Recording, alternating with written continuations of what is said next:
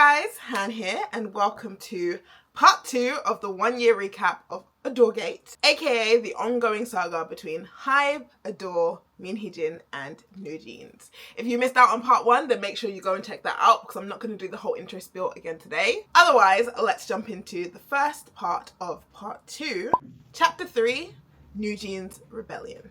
Now, in my last video, we basically focused on Hee-Jin's dispute with HYBE and how things from that started to make implications, or bring up questions rather, for things that have gone on with NewJeans since. But at this point in our story, back in September 2024, NewJeans were still somewhat of a sympathetic party. They looked like victims caught up in the dispute between their CEO, Hee-Jin, and HYBE, their parent company, right? But that perception would not last for long because, of course, when there's so much fun and angst and drama going around, NewJeans wanted to get in on the action. And they made their first move with a stunt, which honestly, credit to them, I have never seen something like that in all my almost 20 years of being a K-pop fan. What they did is that on September 11th, NewJeans made a secondary YouTube channel, not the official YouTube channel, and they did a guerrilla live, aka an unscheduled,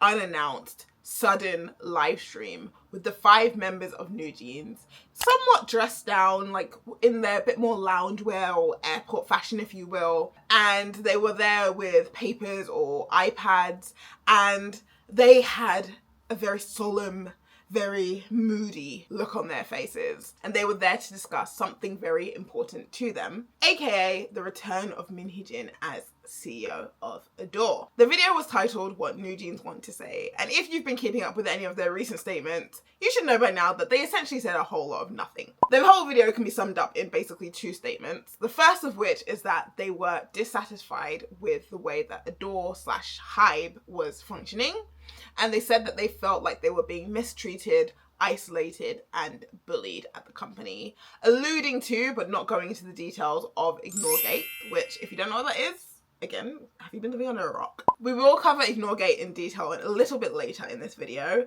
but all you need to know for now is essentially that Hanni is claiming that the manager of Islet told the Islet members not to greet her, and depending on when she's retelling the story, she'll either say that the Islet members did or didn't greet her. So keep that in mind. This is the first mention of it. The other things they said is that, of course, they wanted Hee-Jin to be reinstated. They said that this was not the ADOR that they knew, and that the ADOR they knew and they believed in and they felt safe in was the ADOR led by Hee-Jin. And they felt that she was essential for them to be able to continue with their creative vision and the identity of NewJeans. Now, if you watched the first half of this, which you should have, then you might remember some key points we discovered during our analysis of Hee-Jin's side of things. In response to the fact that HYBE is not a company they feel they can trust, well, I'm sure you guys remember, none of the members signed with ADOR.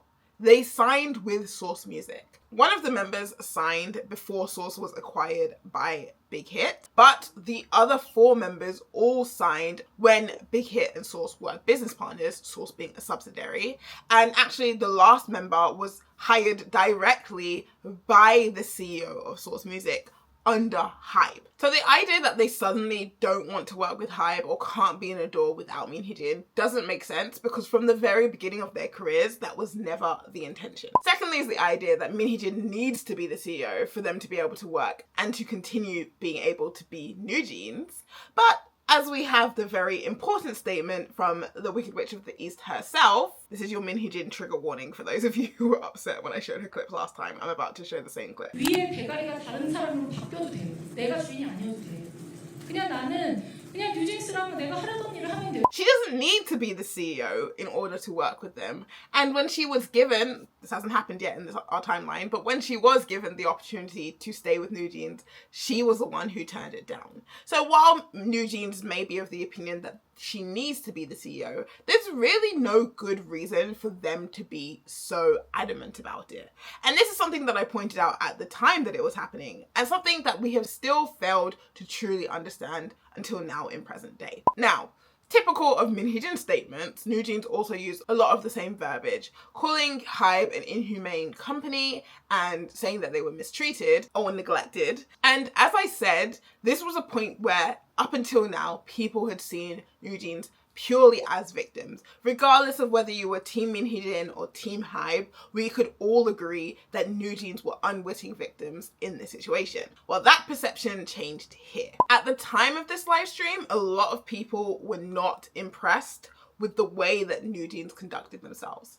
Firstly, people thought that it was unnecessary for them to say anything publicly in the first place. Why were they not going directly to the company? Why did they have to make this a public statement? Whereas others applauded them and said that it was very brave for them to bring this forward so that they could not be silenced. The one thing that a lot of people did agree on, however, was the way that they addressed some of the people they were referring to, particularly the new CEO of ADOR, Kim Ji-young. Throughout the live stream, they referred to her only by name and without any form of title, which in Korean culture is extremely rude. Even for someone your same age, it is not appropriate to call someone without a title unless you are personally close to that person. Even if they wanted to reserve the word 대표님, which means CEO or boss, for Min Hee-Jin, they still could have referred to Kim Ji-young as Kim Ji-young Nim, which is a sign of respect, but they failed to do that. In Korean culture, this would basically be a sign of poor home training, entitlement, and arrogance, which, as I'm sure a lot of us can say, is not a surprising attitude to see from young people who became famous at such a young age, but it was a very disappointing side because that was not the image that NewJeans had had up until this point. Now, as I said in part 1, hindsight is 2020, and when we look back at this situation with the information we have now, there's actually many parts of this that are highly suspicious or that give us more insight into what was truly going through their minds and what the intentions with this live stream were. First things first is that we know that Min Hee-Jin was involved in the orchestration and scheduling of this live stream. And I bet a lot of you would be very surprised to know that this live stream took place the same day that news broke about Min Hee-Jin's house being seized by the courts in her case with employee B. Isn't it quite convenient that the day that Min Hee-Jin would have some very damning news at a point where a lot of public sentiment was still on her side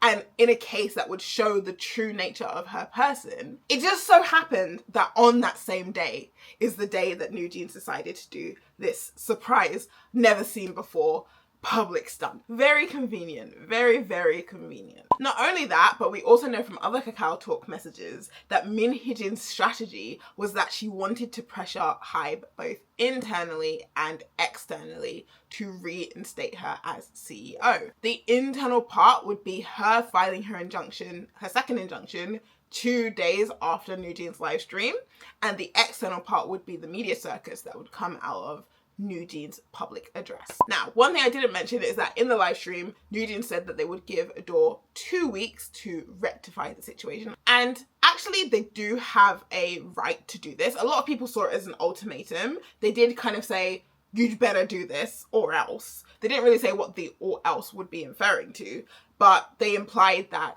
if you don't give us what we want, we're going to cause trouble. And for what it's worth, they stuck to their word. But yes, as I said, they are within their legal right. It's called a demand for corrections. And essentially, this is when you believe the other party has violated your business agreement. You're supposed to notify them and give them 2 weeks to rectify the situation. Now, while ADOR did put some effort into rectifying things that NewJeans complained about by meeting with the girls and their parents, ultimately this only really added fuel to an already raging fire.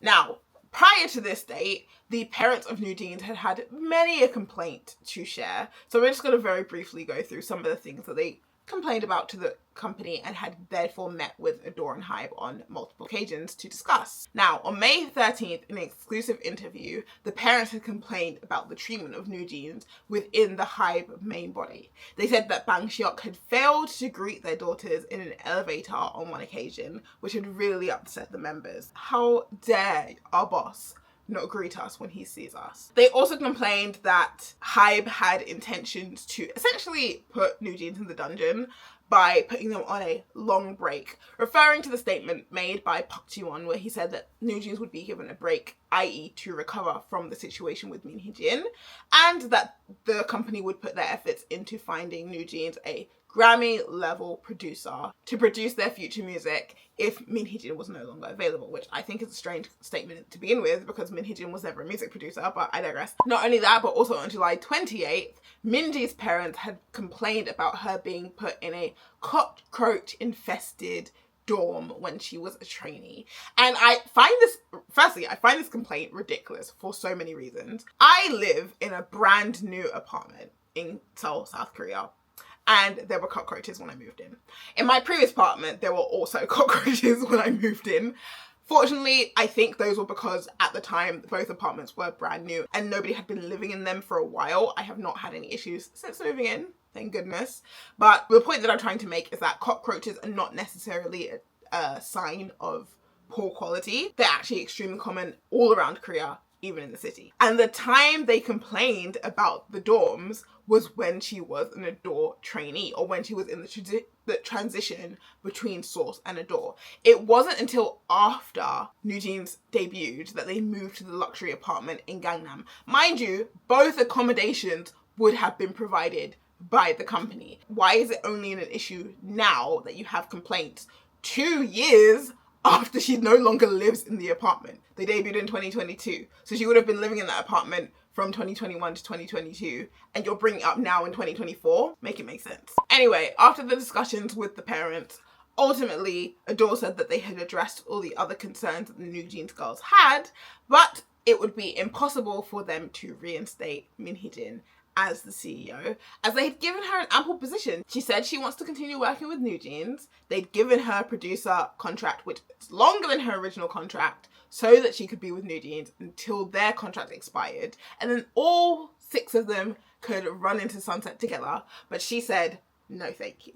That is not ADOR's responsibility. I also do think it's interesting that it was after ADOR denied NewJeans' request for me and Hee-Jin to be reinstated that Miss Min went and met the guy from Davalink just days later.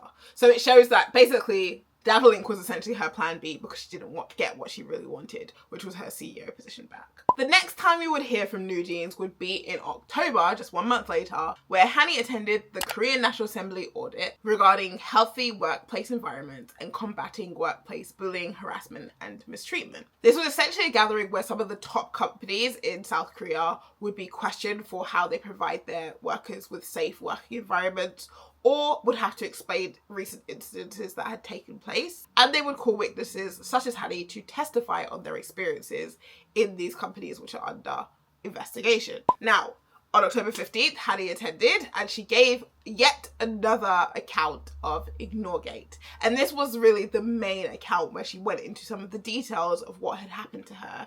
Again, we'll get into the details a bit later. But she had cried and gotten very emotional, and she had said that I am here today to make sure that this sort of mistreatment does not happen to anybody else, because it shouldn't have happened to me. And it should happen to no one. 물론 이 세상의 모든 문제들을 해결해 줄 수 있는 법은 아니라는 걸 알지만 그래도 그냥 서로 인간으로서 존경하면 적어도 직장 내 괴롭힘과 따돌림 문제는 없지 않을까 싶고요. Which, if true, would be a very noble cause. That was foreshadowing, by the way. Now, besides the scathing review that Hanni gave of ADOR and HYBE and the hate that she intentionally directed towards Islet, what was more interesting about this comes from the dispatch expose that we discussed in last video. We now know that on October 8th, 1 week before the audit, and that's a correction for my previous videos. I've previously said 1 day, it was 1 week before the audit. Me and Hee-Jin, her lawyer, and Hanni all met up and had a 4-hour conversation. And we could assume that it was about this audit because Hanni was also holding an envelope which people identified as being something commonly used for legal documents. So that was most likely her summons or her invitation to come and testify at the National Assembly. On that same day, after talking with Hee-Jin and her lawyer for 4 hours, Hanni went onto NewJeans' fan community called Phoning, their own version of Weverse essentially, and told her fans that she had decided she would be attending the audit and she had made the decision by herself. And this is going to be a common theme in a lot of things that NewJeans do. They will always say that we decided this by ourselves, or we made this decision by ourselves, or nobody is forcing us to do this.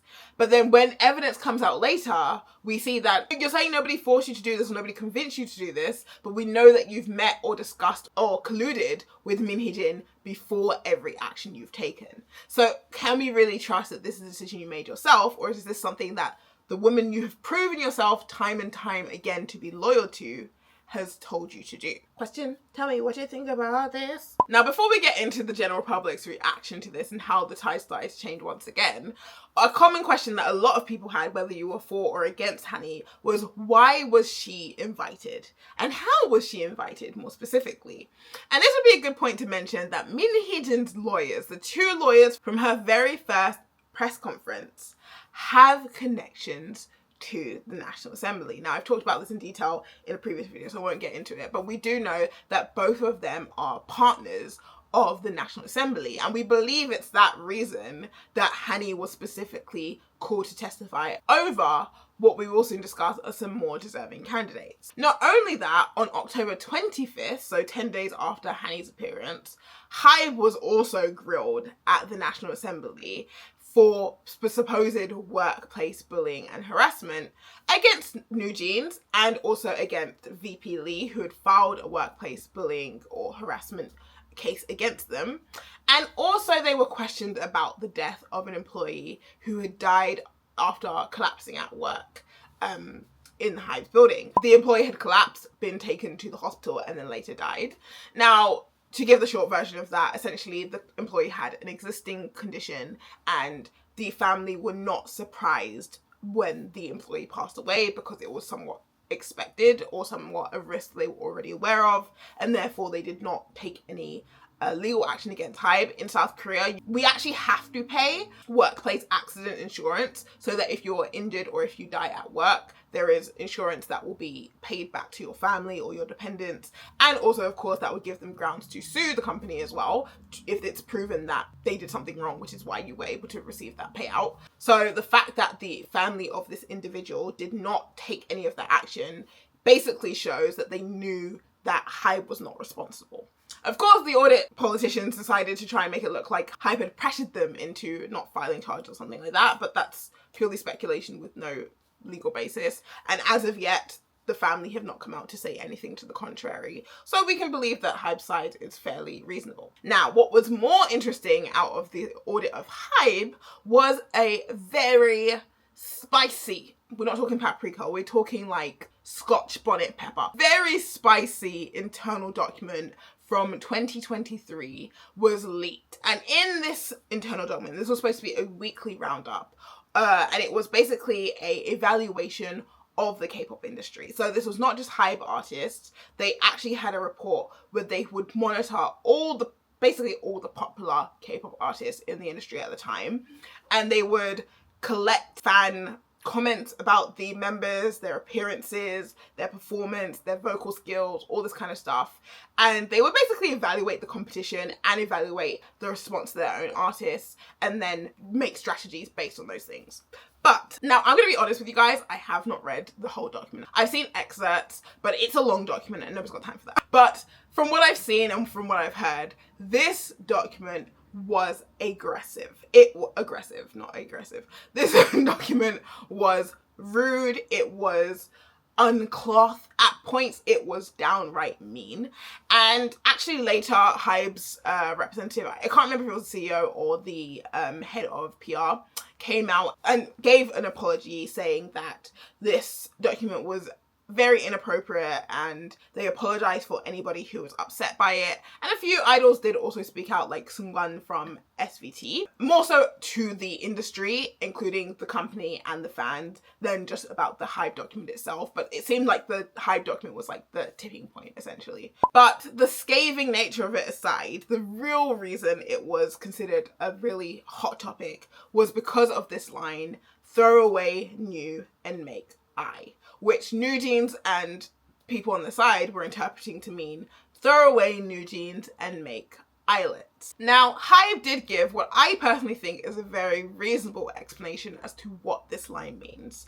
And they simply said that they wanted to separate the association between NewJeans, LE SSERAFIM and aespa, two artists of which are their own and then one being a competitor, and create a new association of NewJeans, IVE and aespa. Basically, they wanted to separate NewJeans and LE SSERAFIM so that they would not be seen as competitors with each other. Now, you might say, oh, well, that's very convenient that there's another girl group with I as the start of their name, and that would work both in Korean and in English. But what if I told you that this document was from March 2023, whereas we know that Eyelet's debut concept document was not finalized until September 2023. So how could HYBE possibly be planning to replace NewJeans in a document multiple months prior to when Eyelet even existed? Doesn't make sense. Now, what if I also told you that before this audit, days before the audit,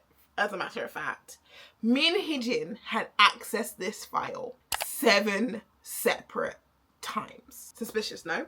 And also it's worth mentioning that there was no other mention of NewJeans in this document because Hee-Jin had requested that they be excluded. She did not want ADOR and ADOR's artists to be included in this document. This document was made to be shared amongst the C-level executives of all the labels and HYBE's main company so they could basically monitor their artists, competitors, and so on and so forth.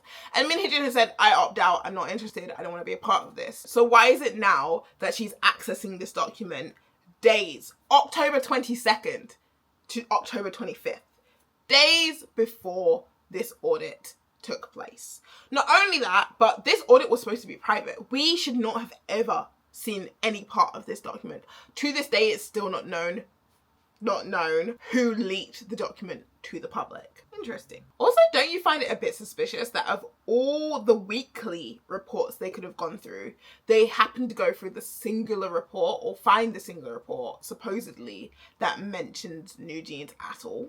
Isn't that a bit strange? Especially considering NewJeans are typically not included in these reports because ADOR asked them to be excluded. Again, very convenient. Now, going back once again to the general public's reaction, because I think this is a very important thing to keep track of throughout this case, is how are the public changing their minds as this case develops?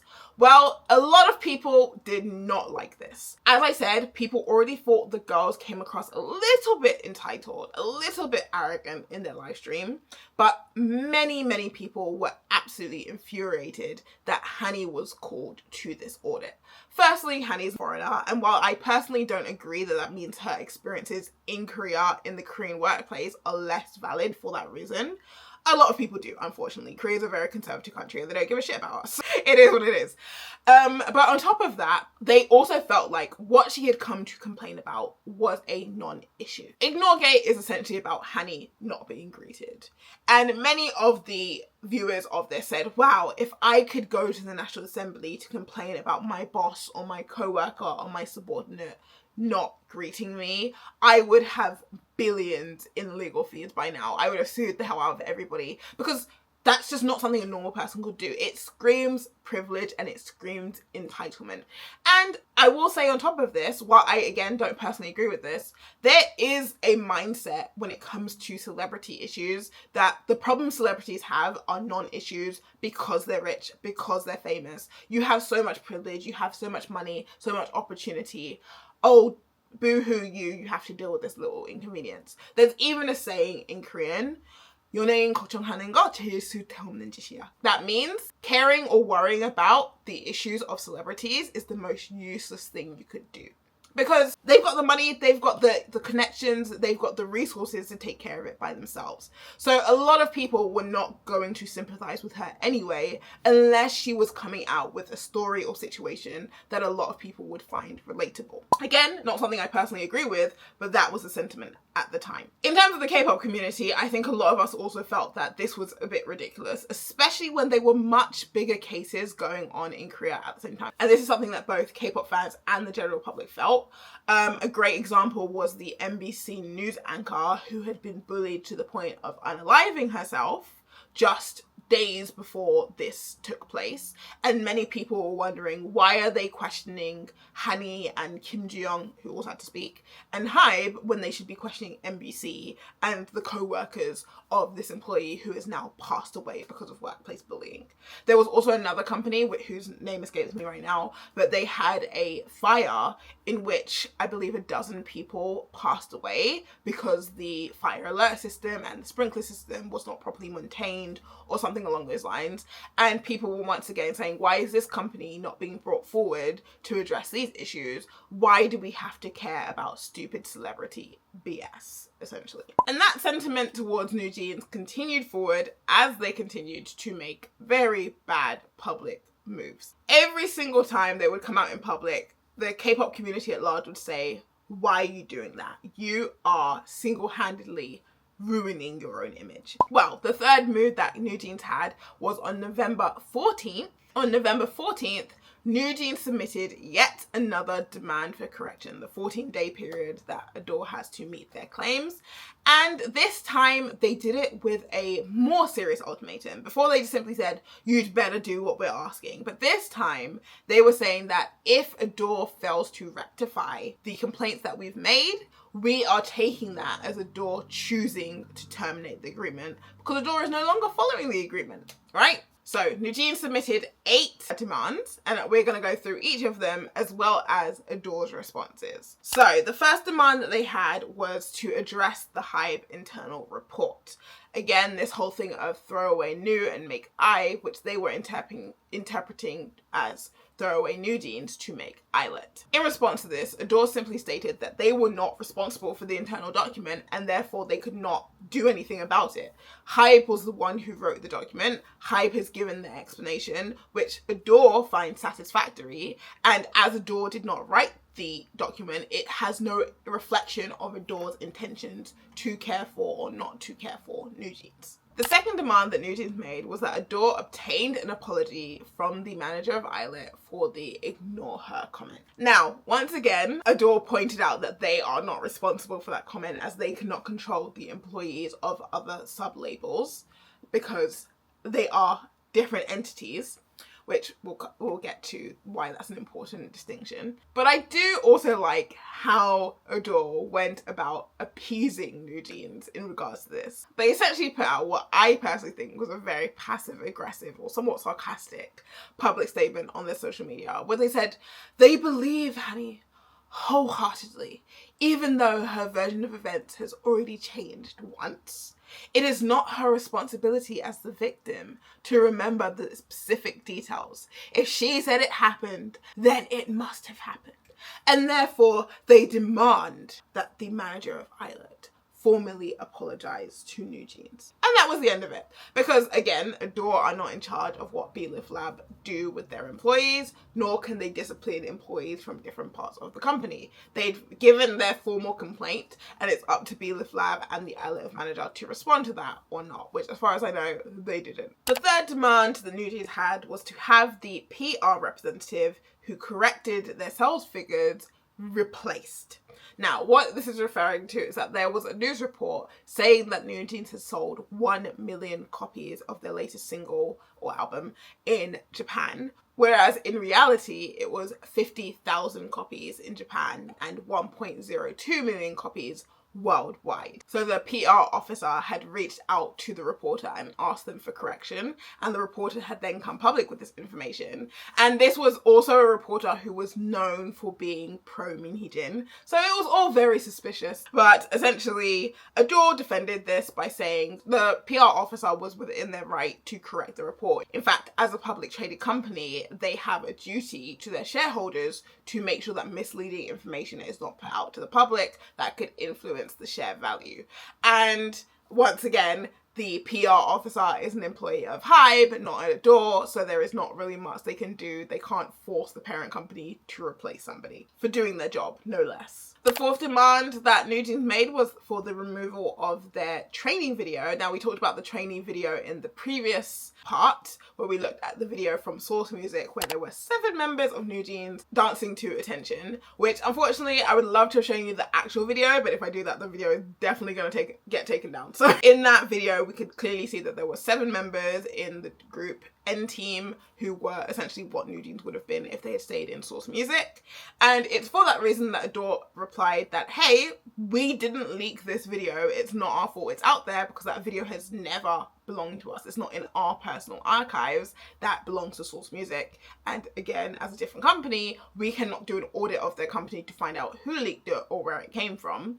Like, personally, I would put my money on Hee-Jin because when is she not behind something? That's not what we're here for. We're here for the facts. But that being said, ADOR did make it a point that they had reached out and had the video removed in more than 200 individual publications. So they had done their duty as the company to protect the rights of their artists, even if they weren't necessarily responsible for that video getting leaked in the first place. The fifth demand that NewJeans had was the rectification of unfair album sales practices, which is referring to a lot of different things. Basically, there are different systems within the K-pop industry to boost album sales. These are things such as lucky draws or fan sign events and things like this. And essentially how some of them work, not all of them, but some, is that the retailer, for example, let's say HMV is having a fan sign event, they will pre-purchase a certain number of albums and then resell those for you to enter into their fan sign. So technically, because let's say they bought 5,000 albums, those are recorded as 5,000 sales, regardless of whether HMV are able to resell the albums or not, because they've already purchased them. And this is how they then inflate sales, by having us then purchase those albums to get into these events. Basically, it's like I scratch your back, you scratch mine. HMV scratches ADOR's back by buying 5,000 albums. ADOR scratches HMV's back by helping them to sell the albums, by lending them time in NewJeans' schedule to participate in a fan sign or giveaway event or whatever it might be, right? So basically, some people criticize this as being unfair and artificially inflating sales, which is what it is essentially, because those sales are recorded as sales before an actual customer has purchased anything, basically.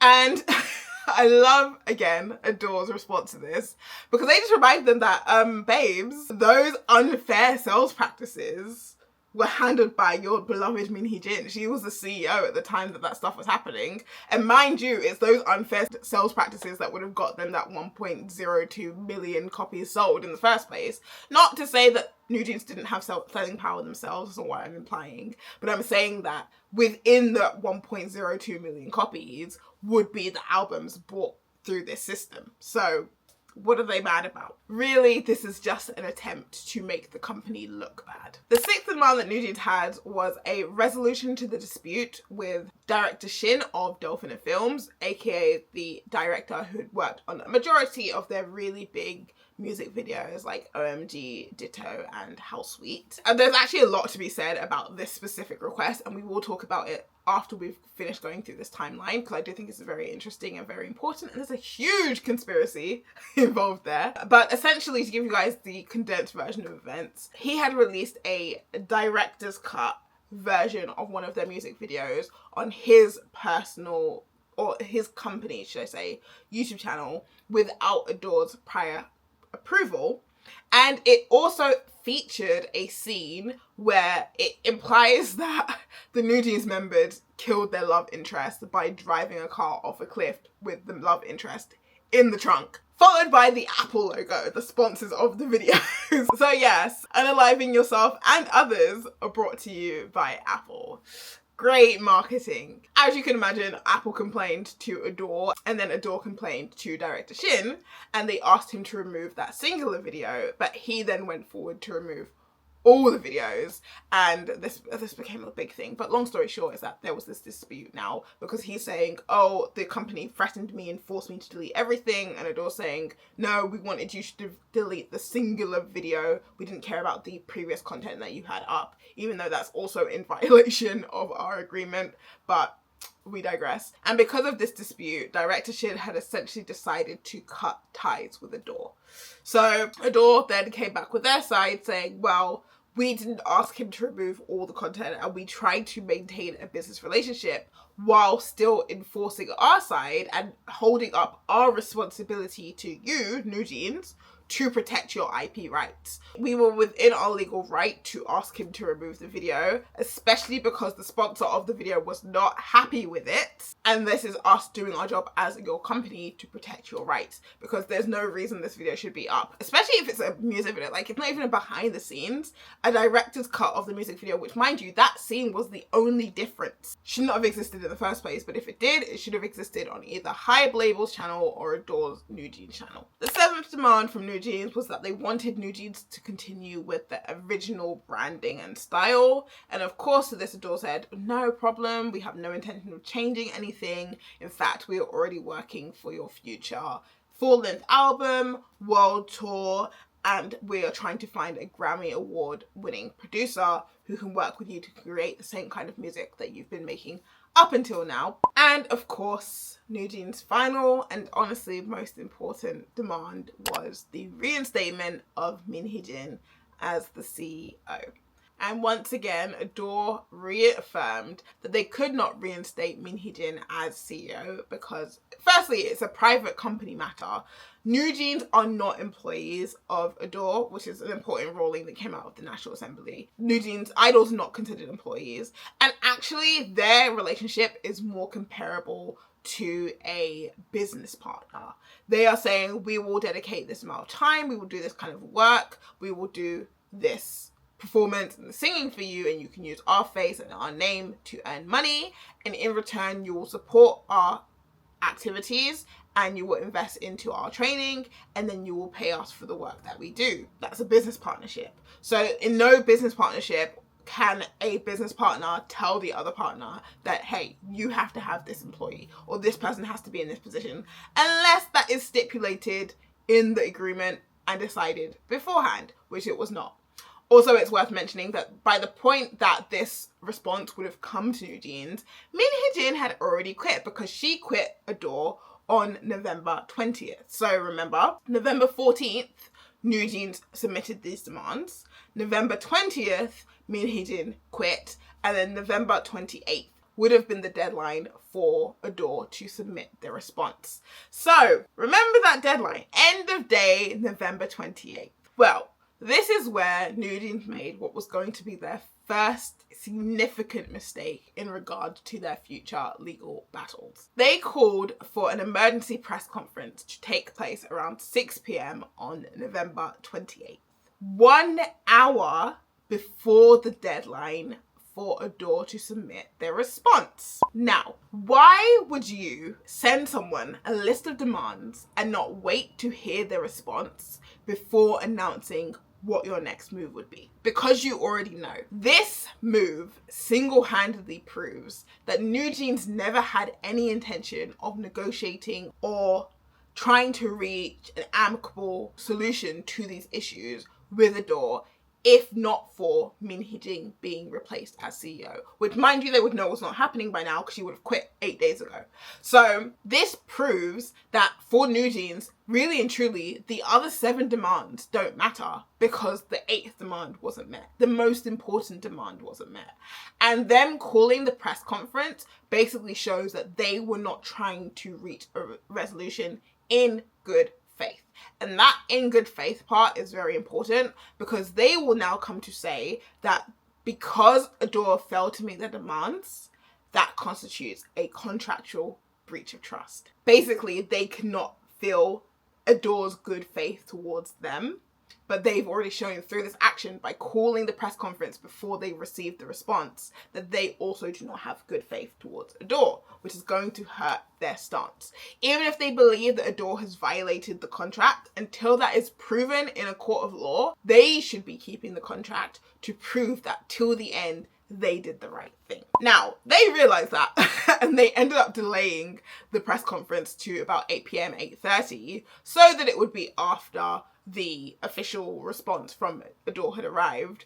But they did not even respond to ADOR directly or show that, hey, we received your response. No, they went directly to their press conference and announced that their contract would be terminating midnight that day, i.e. the next morning, 0 o'clock, on November 29th, they would be free of ADOR, and they would be free of any contractual limitations or obligations, and they would go on to do their own solo activities. They did, however, say that in good faith, they would finish all the pre-arranged schedules that ADOR had for them. Mind you, this was November, end of November at that, so it's very much award season time, Gayo Daejeon, Gayo Daejeon, like it's all of those year-end festivals and performances that idols do. So they said, hey, we'll finish all of that because it's already scheduled. We want to see our fans. We don't want them to be disappointed. And it's our last goodwill gesture to ADOR. But after that's done, we're going to go and do our own thing. They also expressed their disappointment with the company's inability to meet all of their demands, even though technically, as we've discussed,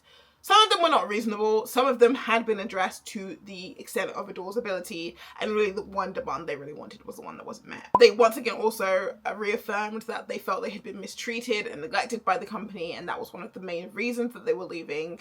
And they made it known that they had every intention to keep the name NewJeans. Now, a lot of people were highly confused by this.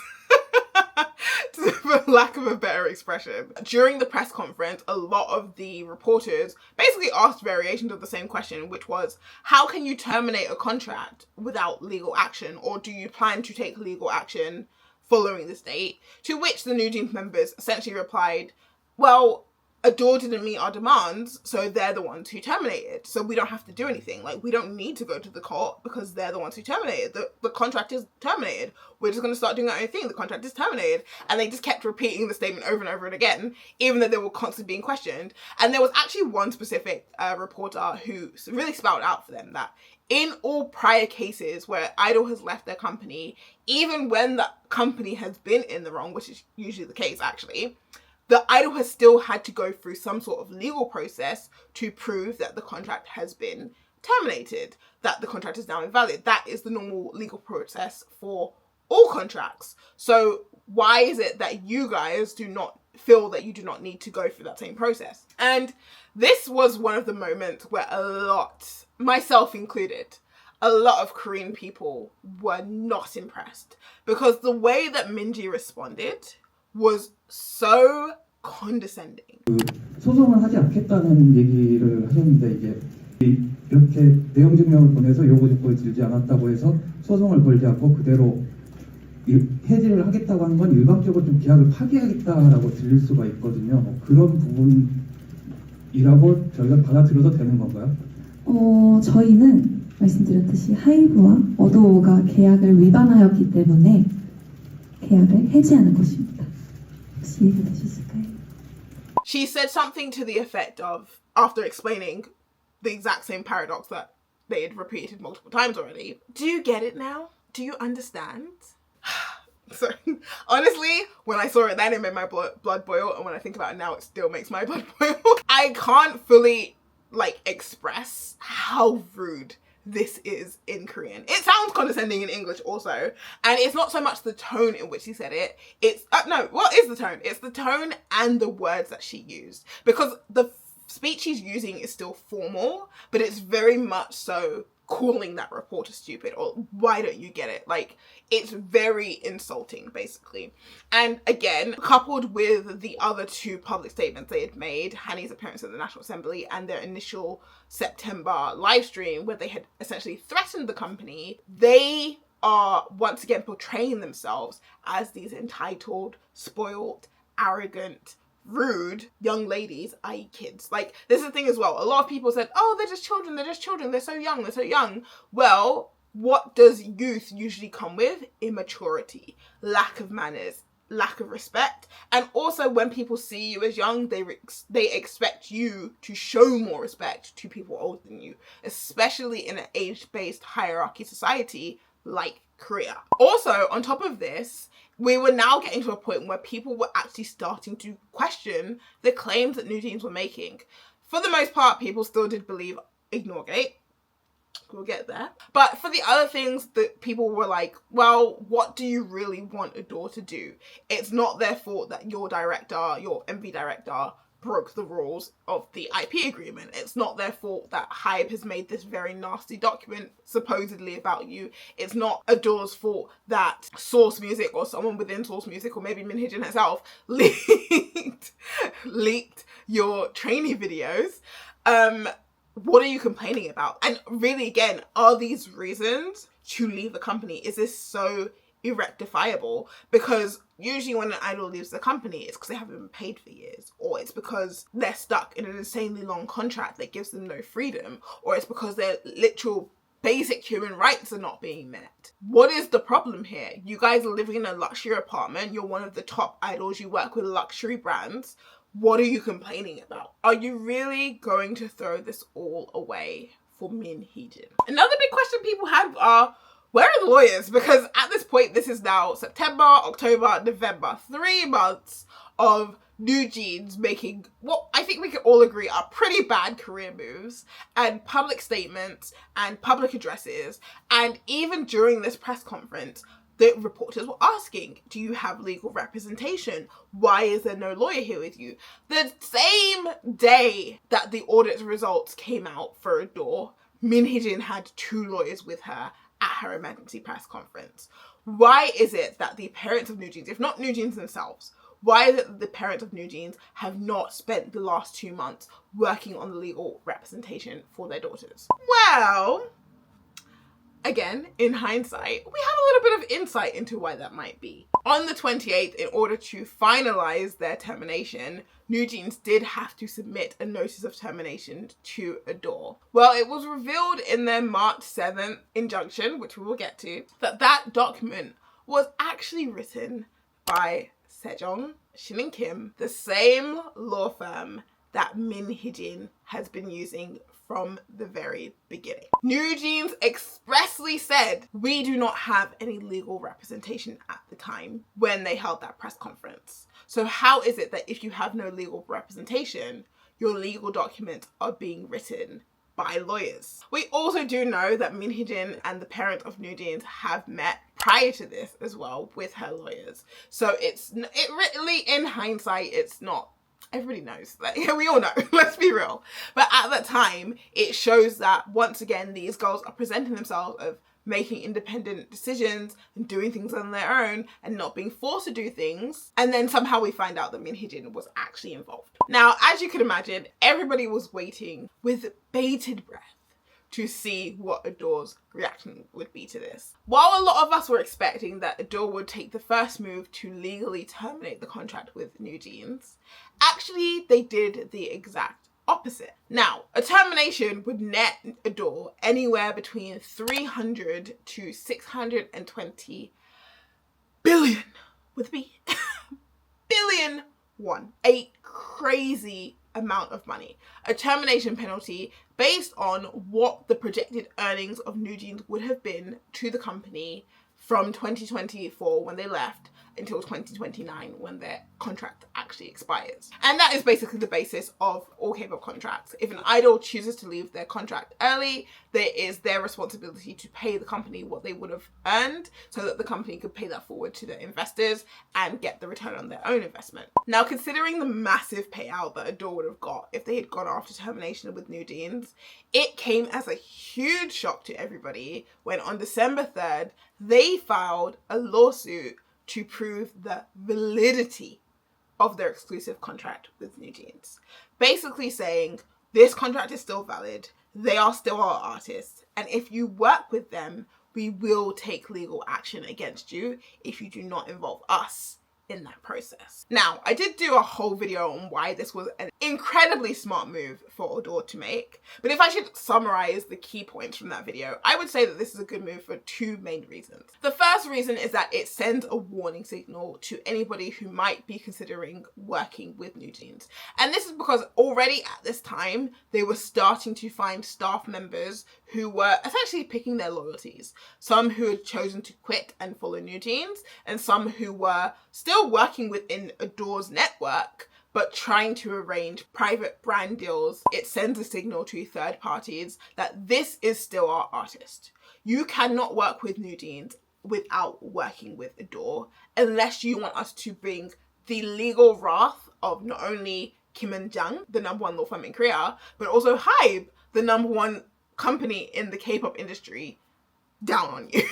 And one thing I will say is that it's kind of an open secret that if you offend any part of a big company like SM, YG, JYP or HYBE, you're basically writing off your ability to work with any of their artists moving forward, which means you're basically putting a cap on your potential future earnings. So for any company in their right mind, they would not consider working with NewJeans, because it would basically means they could never work with the likes of SVT, BTS, TXT and more, right? Also the new hottest girls in town, Islet, like at this point they were a name. The second reason as well is that ultimately it shows a sign of goodwill on ADOR's part. It shows that we still want to work with NewJeans, and from our end there is no problem. We simply need to resolve things, but NewJeans, and they said this, NewJeans have refused to communicate with us, and if they don't communicate with us, how can we reach a compromise? So I think this was actually a very smart move on ADOR's part, because also, mind you, it doesn't actually take away their ability to file for termination later, but proving that the contract is valid first would actually make any future lawsuits much easier, because the legal premise would be the same. Now, one more reason why this is a good one, I know I said two, but I just remembered the other thing, is that it puts the burden of proof on NewJeans to explain why they wanted to terminate, or why they feel a termination is required in the situation. And this is basically the innocent until proven guilty premise that works in most legal systems around the world.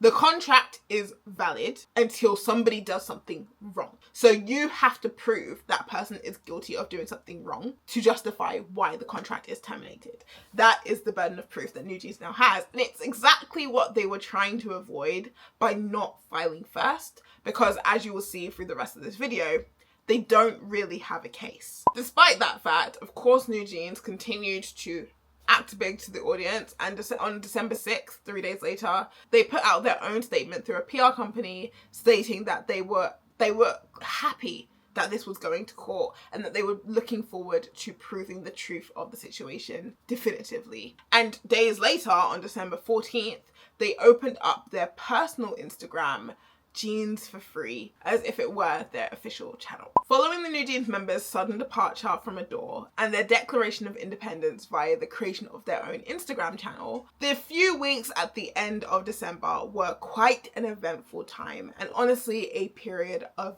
mass confusion. The first big issue that came up was their Vogue photoshoot alongside their Omega Watch and Calvin Klein brand ambassadorships, in which the official name NewJeans was not used in any of these schedules, despite the fact that these were official schedules that had been previously agreed with ADOR. The most standout of them was definitely the Vogue photoshoot, which I again talked about in much detail in a previous video, which you can check out above. But basically what happened is that they were supposed to be on the cover of the January 2025 edition of Vogue magazine Korea. And this was actually a schedule that had been arranged by Hee-Jin through her connections, and she was supposed to be the creative director for this photo shoot. Now, the photo shoot took place and Hee-Jin was in fact the creative director. But what was interesting is that when the 12 cover spreads came out, the name NewJeans or ADOR was nowhere to be seen. Each of the members' individual covers had their own names, and the group covers had all of their names. And of course, there was a creative direction credit for Hee-Jin. So at a glance, it looked like this was an independent activity between Hee-Jin, Vogue, and NewJeans, and ADOR was nowhere to be seen, and ADOR was seemingly not involved. Now, this created a lot of confusion because of course ADOR had already put out the statement saying that this is still our artist, do not work with them, and it looked like Vogue, this international huge brand, was saying we don't need the other HYBE artists, we're gonna work with NewJeans. Now, of course that was not the case because like we said, this is an official schedule, but that was not clearly apparent to us at the very beginning. Omega X was very much the same. I believe Danielle was the ambassador for that.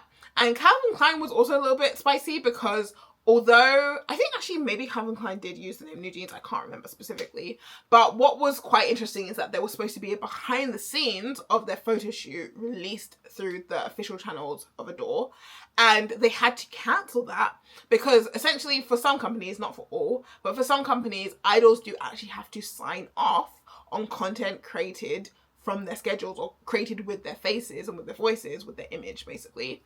And the New Jeans members didn't sign off on the release of this behind the scenes video, so ADOR had no choice. They could not release it. And honestly, I do think this is a little bit of a side from the video, but if you're interested to see how far in advance idol companies, big idol companies, actually plan and produce content, go and check out the official Twitter for New Jeans and go and see how much content they're still posting. Some things are very clearly re-edits of already posted content, but as last time I checked, they were still doing the monthly like happy birthday messages for the fan club members. And you think they've been out of the company now for 6 months and they still have these recordings? That should show you how far ahead they're working. The other big drama that took place at this time of year was Hanni's visa situation, which again has its own standalone video. But this is basically the fact that foreign workers in South Korea, like in every other country, need to have a working visa.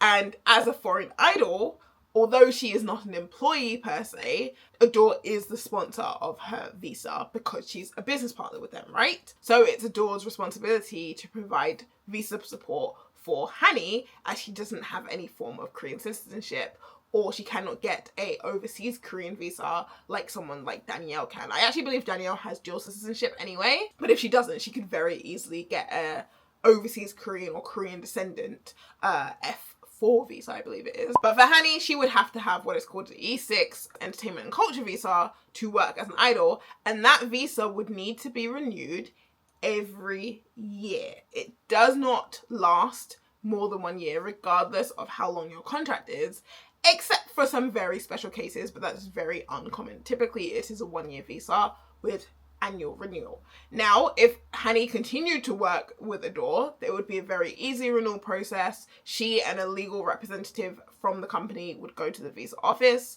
hand in her documents, she'd get her ID card stamped with the new expiration date, and she would go home with her new visa in maybe 30 minutes. Possibly even faster, because I imagine they would have a private office for like celebrities or something like this. But whatever the case might be, as she was saying that the contract was now terminated with ADOR, this would mean she had no visa sponsor.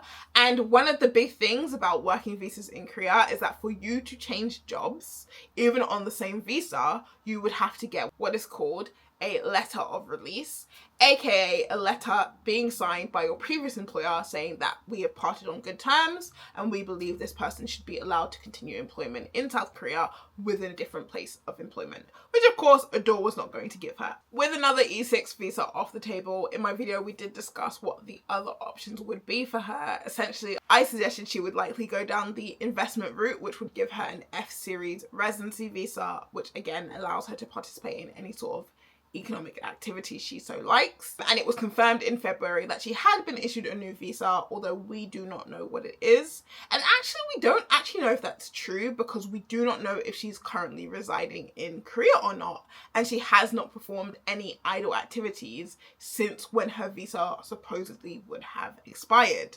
So very interesting to think that there is a chance she actually doesn't have a visa and it was all bluffing, but time will tell. If we ever see her on stage in Korea again, that will be our giveaway. The final incident that took place towards the end of December was the Black Morning Ribbon incident in regards to the crash of the Jeju Airlines small aircraft at Muan Airport in Korea on December 29th. As I'm sure many of you know, dozens of victims passed away.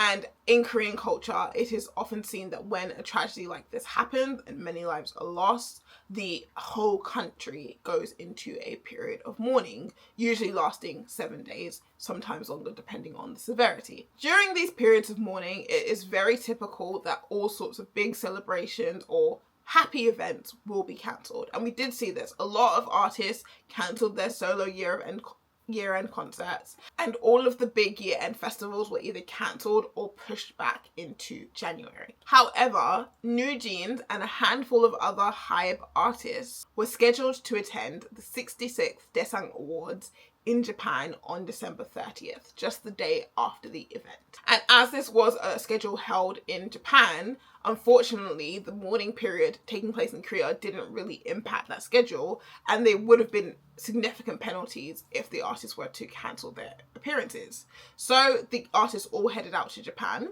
and NewJeans claim that they had wanted to wear black mourning ribbons, but they were denied, or rather prevented, from wearing the black mourning ribbons by HYBE. Now, if you look at the videos or pictures from that performance, you can actually see that NewJeans are in fact wearing black ribbons, but instead of the traditional mourning ribbons that are often seen, they are wearing these sort of flower ribbons, which they say they handmade in response to being denied the ability to wear the traditional ribbons. Now, this would be much later in the March 7th injunction, but ADOR would come out and say that that is categorically not true. They actually had prepared black ribbons for all of their artists, but as this was a Japanese broadcast, they wanted to confirm with the broadcasting company that it would be okay for their artists to wear these ribbons on stage or on film first before distributing them to their artists, and that when they tried to give them to NewJeans, they denied the ribbons, because remember, NewJeans are still carrying out their ADOR schedules, but they are doing so independently. They are not working with ADOR, they are not meeting ADOR staff, they are not communicating with ADOR, and they are trying to do things by themselves. So although they're saying they were stopped by the company, it seems they were communicating to a very minimal amount, and they did not want the company to provide anything for them, although I'm sure they didn't purchase airplane tickets themselves, but they didn't want the company to be responsible for anything that they did, basically, beyond that. In essence, this is a case of he said, she said, but NewJeans are using this as just one more example of how the company did not provide for them or did not treat them the same as other idols, because they knew that NewJeans would have been basically chewed out by the general public if they didn't have any mourning ribbons on. But if you look at the images, you can see that all the other HYBE artists did in fact have the same black ribbons, and there is no evidence besides NewJeans' words to suggest that they were not given the same opportunity. Now, before we move into chapter 4, the final thing we're going to talk about is the interesting relationship between Dolphiners, Hee-Jin, and Kakao. And you might be like, why Kakao? Great question. Now, I do want to put a big, this is speculation disclaimer here, because this is a little bit, honestly, this is the most conspiracy we're gonna get. But it is an interesting topic. So we talked about how this director Shin, the owner and director of Dolphiner Films, or Dolphiner Kidnapping Group is the Korean title of the company, has been working with NewJeans for a while now. And there is actually a very interesting case going on with his company, because his company was actually acquired by Kakao Entertainment way back when. Dolphiner Films was acquired by Kakao in 2021. And they were acquired, or the company was acquired, should I say, for an exorbitant amount of money, much higher than what the company was actually worth. And on Kakao Entertainment's end, this was not unusual. They actually were in a period of mergers and acquisitions where they were buying up a lot of smaller companies that they saw with potential to grow. They'd also just bought SM Entertainment not too long ago. And they were overpaying for a lot of, especially the smaller companies, in essence as a way to blackmail them into working really, really hard to make the investment worth it.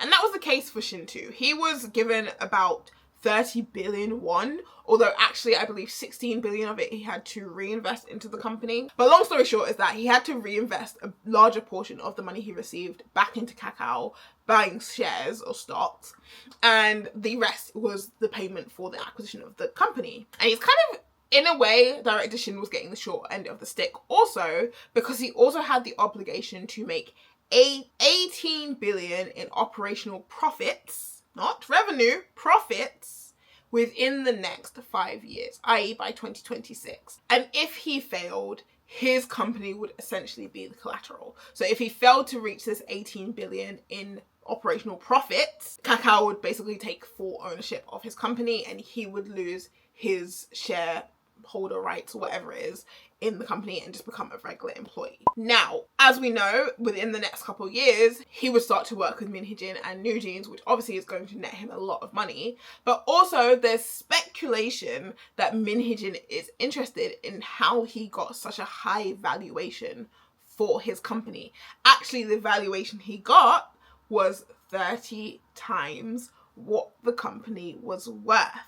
And isn't it suspicious that 30 times was also what she was asking HYBE to pay her for her stocks when she asked them to change her shareholder agreement? It's speculated that their relationship is based on this kind of mutual outlook of business and Min Hee-Jin feeling she can gain some interesting insights from Director Shin, whereas Director Shin feels he could hit his goal of that 18 billion in operational profits by working with NewJeans and Min Hee-Jin. So they basically have a mutually beneficial relationship. Not only that, of course, I have to mention the ties between Kakao and SM Entertainment, Min Hee-Jin's previous home. Now, Min Hee-Jin left SM due to a disagreement with Lee Soo-man, and when SM was up for acquisition, the two main competitors were HYBE, supported by Lee Soo-man, and Kakao Entertainment, not supported by Lee Soo-man. Bearing in mind that Min Hee-Jin and Lee Soo-man have bad blood, and Lee Soo-man and HYBE are obviously in bed together, and at this time she was actually already working in HYBE, but she clearly doesn't like the company. That shouldn't be news to anybody. Many people speculate that maybe secretly behind the scenes, speculation, Min Hee-Jin is in bed with Kakao Entertainment too. Now, personally, I don't know if that would be a good idea for her with all the drama that Kakao Entertainment has had going on recently and the fact that they are in fact up for sale now. Not to mention the fact that they illegally inflated the price of SM in order to win the bid over HYBE, and their CEO was arrested for that. And not to mention that although it's Kakao Entertainment, not Kakao Corp, but her Kakao messages have got her into a lot of trouble. I don't personally think it's a good idea for Min Hee-Jin and Kakao to have any sort of relationship. But that's what people are whispering amongst themselves. That's what the conspiracy theorists are saying. And honestly, I'm wearing my tinfoil hat too. Anyway, before we get into chapter 4, I think this is a good point for me to remind you to like the video if you've liked the video so far. And if you really liked it, you can even subscribe, hit that little subscribe button down below. I would really appreciate it because, as you could probably tell, this video is very long and this is the part 2, so it took me a lot of time to put all of this together and it would really mean the world to me. This is also a great time for me to remind you guys that following this series I will be doing a live stream where we will talk about some of the questions and comments that you guys have had in regards to the entirety of ADOR Gate. That will likely be the weekend after this video goes up, so whenever you're watching this, the following weekend, most likely Sunday, will be the live stream date. I will be prioritizing questions and comments from my channel members, so if you would like to join my channel memberships, you can hit the join button down below. There's lots of other perks such as cat videos, early access to all my second channel content, and so on and so forth, and obviously just private area for you and me. But no, if you don't want to join my memberships, it's completely fine as well. You can just leave your comments or questions down below, but if you do want them to be prioritized, you can leave them along with a super thanks, or you can just leave a super thanks because you appreciate how much hard work went into making this video, and I would appreciate you if you did that. Regardless, I appreciate all of you guys for tuning in, interacting, commenting. Like, genuinely, I don't think I could have recorded this video today if it wasn't for you guys, because it's a lot of work. I'm not gonna lie. I'm a little bit tired of NewJeans. I'm not gonna lie to you guys. But we'll talk about that in the live stream. Anyway, I think it's about time for us to jump back in. Again, people in the bathroom, please come back to the screen. We're about to begin. Let's get into it. This is chapter 4, the attempted emancipation of NewJeans. Following the completion of NewJeans' schedules on January 5th, the lack of repercussions for NewJeans' defiance, and time still ticking on Hanni's visa expiration, the K-pop industry watched in wait. ADOR, fight back! And fight back they did. On January 13th, ADOR officially filed their injunction against NewJeans, and this injunction was specifically against their independent advertising activities. Basically, to stop the confusion and fallout that happened after Vogue, Calvin Klein and Omega watches from happening again. And I think it's important to point out here that while there is a difference between the lawsuit and the injunction, so the lawsuit is about the contract validity and the injunction is about their independent advertising activities, these two things are still connected because the legal basis is the same. Ultimately, the meaning is, if the contract between ADOR and NewJeans is still valid, ADOR will win both these cases. So winning one implies that they will win the other. It's also worth noting that an injunction being a smaller legal action means that it actually gets processed much faster, from weeks to a couple of months, whereas the lawsuit for the contract validity is estimated to take 2 to 3 years. Now, of course, NewJeans were not going to take that lying down either. So on the 23rd of January, they responded and put out a statement saying that they felt that the injunction was unfair and simply a way for ADOR to try and control them, even though they've already expressed the fact that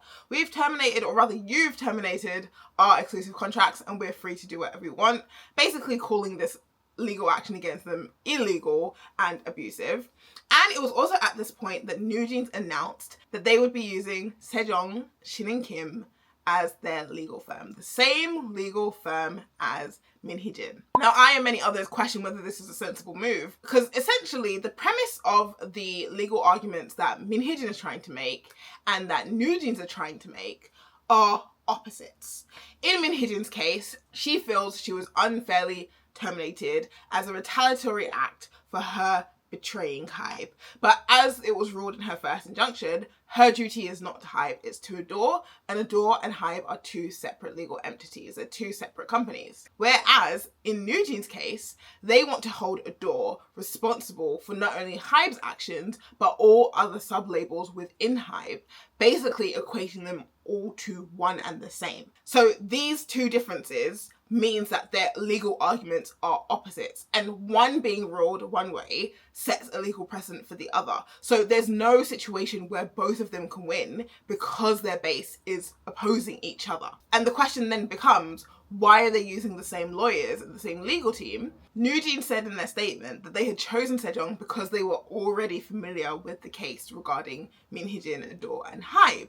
But again, as we said, that doesn't really make sense. Also, this is a little bit my personal speculation, but you can correct me if I'm wrong. Shouldn't there be a certain level of confidentiality regarding both of their cases?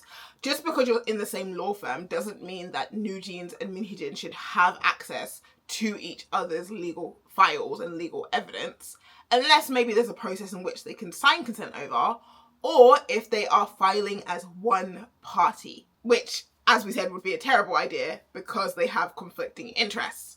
But that's to be seen. Now, we didn't have to wait long to find out when the first hearing for both the injunction and the lawsuit would be taking place, as these were announced on February 6th.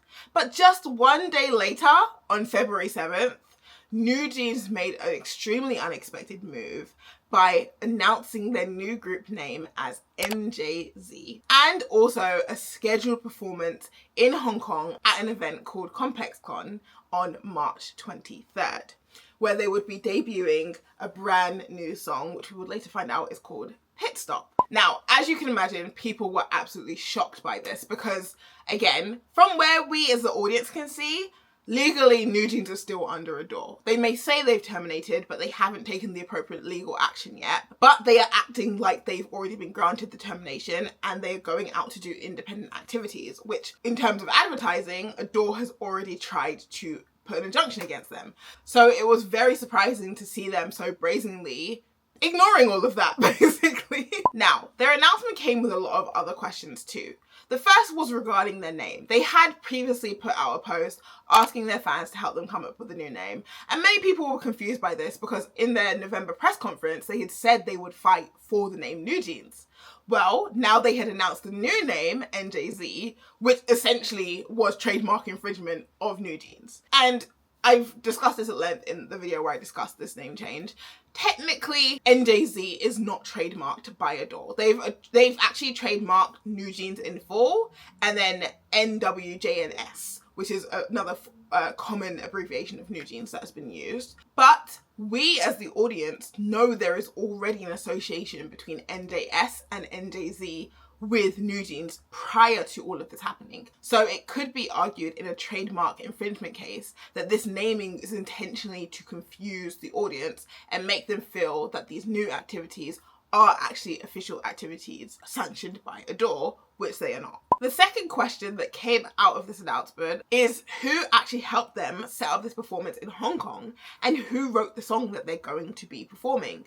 As far as we know and as far as we've seen, NewJeans have not showcased any sort of composition or songwriting or producing skills, at least not in their existing discography. I do believe Danielle did want to perform a self-written song for an award show, but Hee-Jin shot her down. But beyond that, we've not seen the members participate in lyric writing, concepting, or anything of the sort. So there was a question of who is supporting them and who would be willing to risk their relationships with other HYBE artists and other major artists in the industry in order simply to support NewJeans.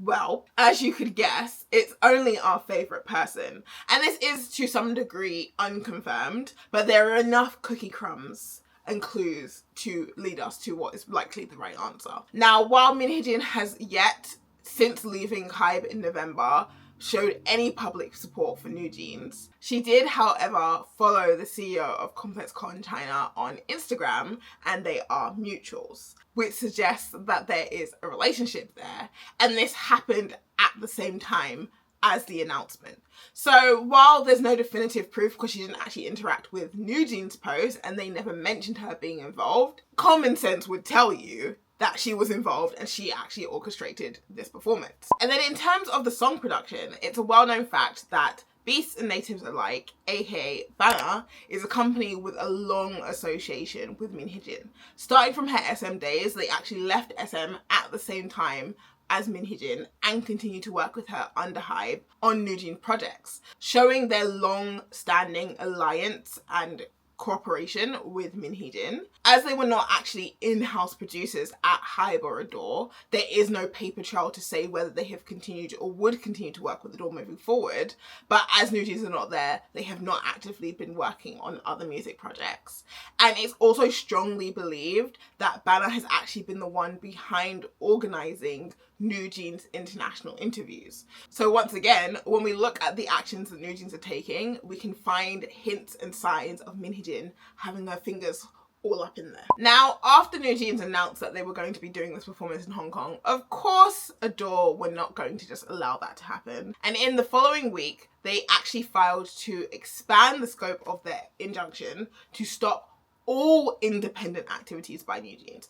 And the very important thing here is independent. They are not saying that NewJeans cannot work at all, but if NewJeans want to work, ADOR needs to be involved in that process because they are ADOR's artists. It's also worth mentioning that around this time, there was also the creation of the NJs_PR account, supposedly run by the parents. And I know some people will be watching this video and be like, Han, you haven't actually mentioned the parents all that much. The main focus has been on Hee-Jin. Aren't the parents equally as responsible for a lot of the things that are happening? And the short answer to that would be absolutely, you're completely right. But unfortunately, the part of the parents and the actions the parents have or have not taken are much more under wraps than the things that we can see publicly and that have been reported. I have tried to mention the parents as much as I see appropriate without disrupting the narrative, but for the sake of not going on lots of tangents and questioning the parents' choices without actually adding any substance to the story, I've decided to skip a lot of that.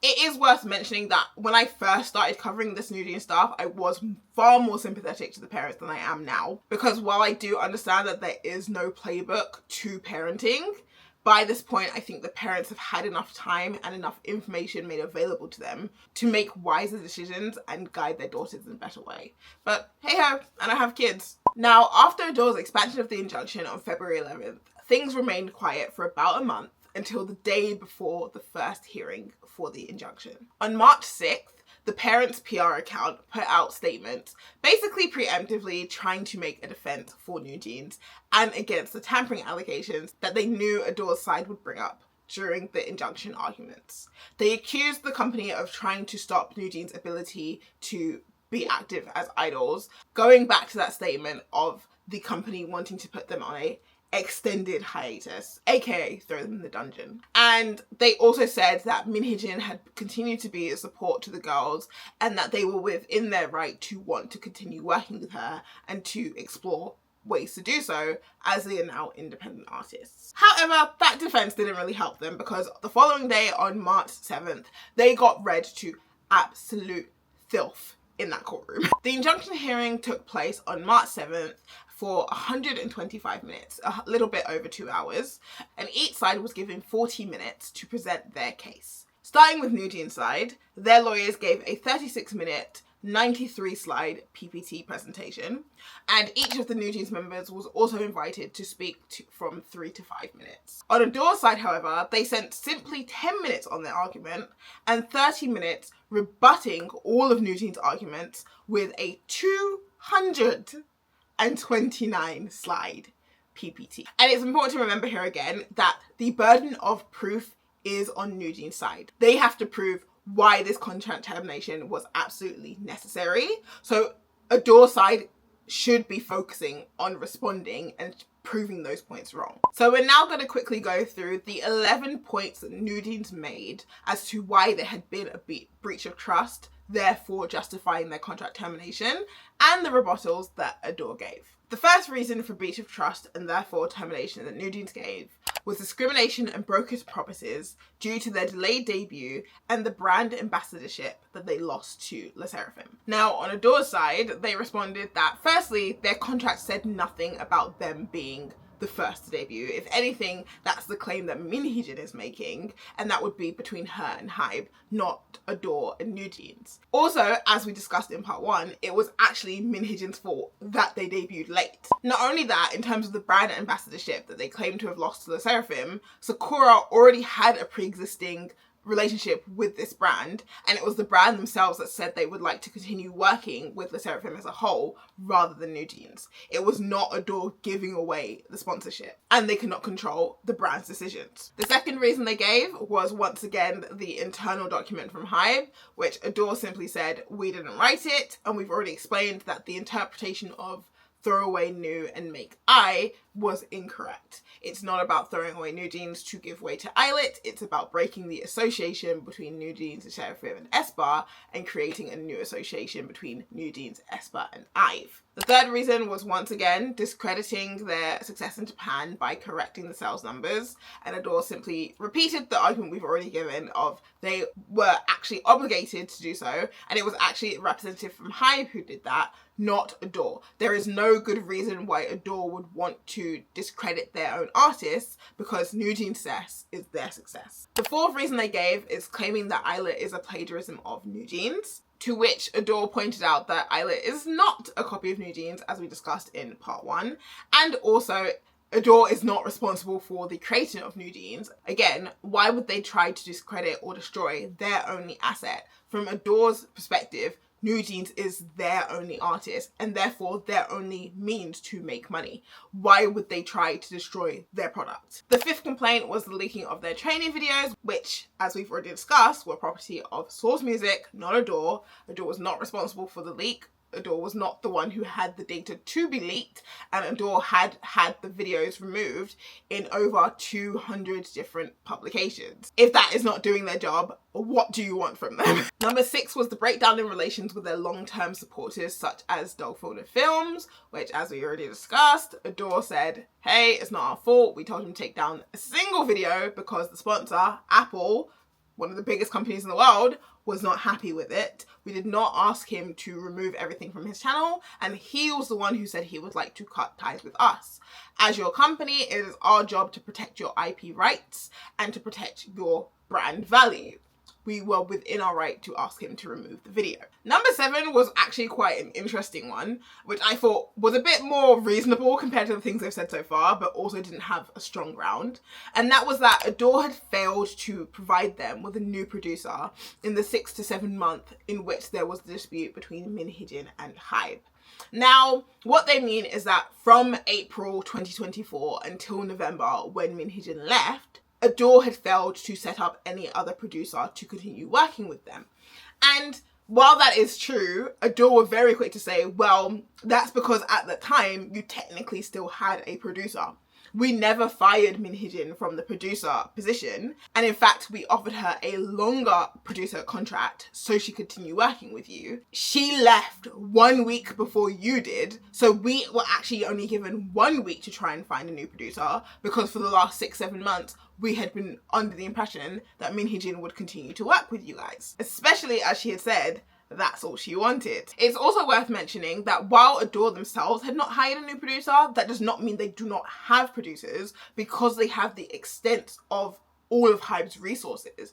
HYBE is a company with a dozen different idols, and each of them has creative producers and music producers as well, including the chairman Bang Cheok himself. So even without hiring, the company as a collective has more than enough resources for them to pull on and to support NewJeans. Which, mind you, even with HYBE and ADOR being separate entities, because they are a parent company as a subsidiary, the fact that they can use each other's resources to an extent is still true. But it's even more so true when you see it from NewJeans' point of view that HYBE and ADOR are the same company. If that is the case, then they have to acknowledge all the other producers in HYBE are ADOR's producers. The 8th complaint that they made is that ADOR had failed to establish any future plans for the group, and that at the time that they handed in their termination in November, no such plans existed. ADOR basically said that is complete cap. Not only did we have plans, but we've had plans for an album, we've had plans for fan meetings, we've had plans for a world tour.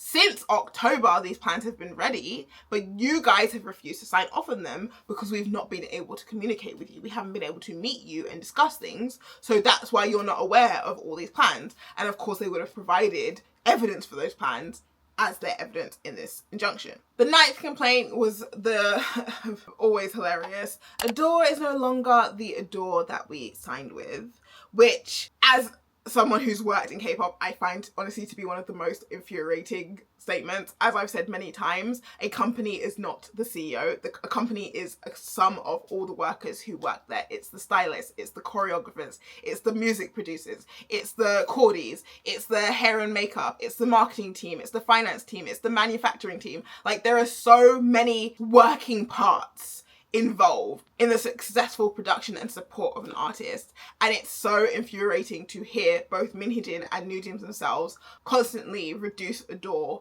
down to just Min Hee-Jin's contribution, as if it's not a company with about 50 workers. And that was essentially ADOR's response to Min Hee-Jin is not the essence of ADOR. She may have been the CEO, but she's not the only staff, and ADOR is a part of the larger corporation of HYBE, meaning they have plenty of resources? Or are you saying that because Min Hee-Jin does not exist in any other part of HYBE, the rest of HYBE failed to be successful? No. The judge did also later point out that Min Hee-Jin being the CEO of ADOR was not a clause in NewJeans' exclusive contract, therefore it could not be a reason for them to cancel the exclusive contract. The 10th complaint was their favourite statement, that HYBE and ADOR were doing everything within their power to block NewJeans' success because HYBE was jealous of NewJeans' success. And ADOR was like, that doesn't even make sense. Like, again, your success is our success, is HYBE's success. HYBE owns 80% of this company. Any money we make, they get to keep 80% of it. How would they not want you to be successful? And not only that, you cannot keep saying that we're doing media play against you. What is this media play? Where is this media play? As far as Min Hee-Jin and NewJeans are concerned, this video you're watching right here is media play against them because it's not licking their ass. Let's be professional. And finally, they did actually mention this earlier in their 11th point, but I wanted to keep it at the end because the point I know you guys have been waiting for. They claimed ADOR Gate was an example of how they are being ostracized, mistreated, and discriminated against in the company. So now we can finally answer the question, what is ADOR Gate? Well, I do have a whole video about it, which you can check up here, but I will give you the shortest version of this. Long story short, one day, Hanni was moseying about in the corridor where the styling and hair room for Eyelet is supposed to be. And it's worth noting that there is a collective styling and like hair area, but each label within HYBE actually has a separate floor with resources for each group. And it's a known fact that NewJeans actually had their own hair and makeup styling room on their floor. So there is no reason for them to be here at the communal one where Eyelet were. Whatever the case may be, she happened to be there, and 3 of the Eyelet members and 1 of their managers were coming out of the elevator, passing Hanni, and then going into the styling room, and then when they supposedly came out 5 to 10 minutes later, which is also a time frame that many people have questioned, when the members were about to greet Hanni, the manager said, ignore her. And therefore the members, depending on which version of the story she's telling, did or did not greet her. Actually, in the first telling in September during the YouTube live stream, she didn't really specify whether the members greeted her or not. Then in the October National Assembly, she has said that they specifically did not greet her. But here in this injunction, ADOR came forward with some very interesting Kakao talk messages. And the funny thing about these Kakao talk messages is that they had actually been submitted by Sejong during the second injunction for Min Hee-Jin. So there was a bit of confusion as to where these had come from at the time that I recorded my video. This is actually where it came in. They submitted a bunch of messages to show that, look, my relationship with the girls is normal. I'm not doing anything weird. I'm not plotting anything against the company with them, blah, blah, blah, blah, blah. And she submitted a bunch of messages, and those had become available to ADOR. Now, actually, Sejong did use those same messages again here in this court case, and they actually redacted a lot of the information to make it look like the situation was worse than it really was, that Hanni was actually very upset. But when we look at the full conversation presented by ADOR's side, you can actually see that, firstly, Hanni acknowledges that all of the members of Islet who were present greeted her. That's the first thing. The second thing is she actually says that she did not hear what the manager has said, but she simply felt like the manager had said that they should not greet her, but they had done it regardless. And it was actually Min Hee-Jin who had actually suggested to Hanni that, did she say ignore you, with the specific phrasing 무시해 in Korean. And we've talked about the significance of that in my video, as I mentioned, but this phrase is very inflammatory in Korean culture. It's a word you do not use easily to other people, and it's extremely offensive. And mind you, in that text message, in that conversation, Hanni had said, actually, I didn't really hear what she said. I'm not really sure. And I'm not really bothered by it, so don't worry about it. Like, I can totally understand why the other members would feel uncomfortable around me, because mind you, this situation had actually happened on May 27th, just 1 month after this whole situation had started, and just before Min Hee-Jin had won her first injunction. So at that time, sentiment was very much against Islet, and people were picking apart their concept, picking apart their songs, picking apart their activities, and trying to find ways that they had supposedly been copies of NewJeans. So it was actually somewhat mature for Hanni to be able to say, like, hey, I can kind of understand the media is like putting us against each other, and I can get that the members would be uncomfortable with me because of that. But they still greeted me anyway, and what the manager said didn't really bother me, so don't worry about it. Those were her own words. But somehow between May or June, actually this conversation was had in June, but May when the event happened, June when she had told Min Hee-Jin about it, and September, October, and now November, and now the March where she's now talking about it, she had gone from, I'm not really that bothered, to no, I specifically remember she said this, the members didn't greet me, I was so hurt by it, this can never happen to anybody again, boo-hoo-hoo in front of the whole nation. Basically, she had lied. And she had lied not only to her fans, not only to us, the K-pop community, but to the South Korean people under oath on 2 occasions, because the National Assembly is considered a legal entity, and now she's in court and she's lying. She never heard the words ignore her, and all of the members of Islet greeted her. And again, it even begs the question, even if she had been telling the truth, was it really a big deal? No. But for people who even felt that way, nobody had doubted that this situation actually happened, and it was a huge shock to all of us that this had been a bold-faced lie. Not only that, ADOR came with additional receipts as well in the form of a CCTV video where we can actually see that all the members of Islet 90-degree bowed to not only Hanni, but also Danielle too. So that also means there was an additional witness within NewJeans in the form of Danielle, who all this time watched Islet get chewed up by the public and said nothing. And in later interviews, they would have the audacity to say, oh, we don't really want to talk about it because we don't want to bring negative attention to the other group. do with that information what you will. Now, on ADOR's side, as I told you, they spent 30 of their 40 minutes making rebuttals to NewJeans' claims. But in their 10 minutes where they presented their own case, they had a very important job to do. Firstly, they had to prove their innocence, but they also had to present an alternative to why NewJeans would be going to this extent to cancel the contract if the claims that NewJeans were making were not true.